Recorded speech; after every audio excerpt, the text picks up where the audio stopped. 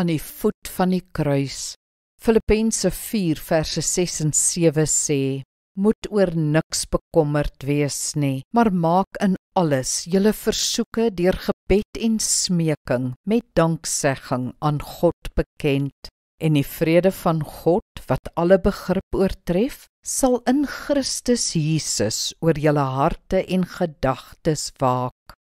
Terwyl enige persoon die stresbestuurtegnieke kan toepas wat ons al genoem het kinders van die Here die besondere voorreg om hulle stres na Hom te neem. Ons kan Hom vertrou vir ons kwellinge.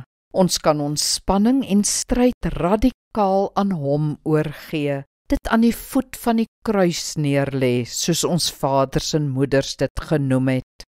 Hoe doen ons dit? Ons doen dit deur gebed.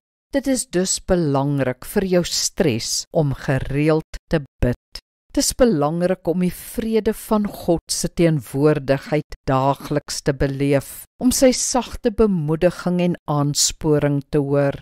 Gebed sal vir jou vrede bewerk wat jou deur die dag sal dra. Kry gerus vir jou 'n heilige tyd en 'n heilige plek. 'n Tydjie wat vir jou werk en 'n mooi plekkie waar jy gereeld met die Here kan afsonder. Soek Hom dan daar. Kom ons bid saam.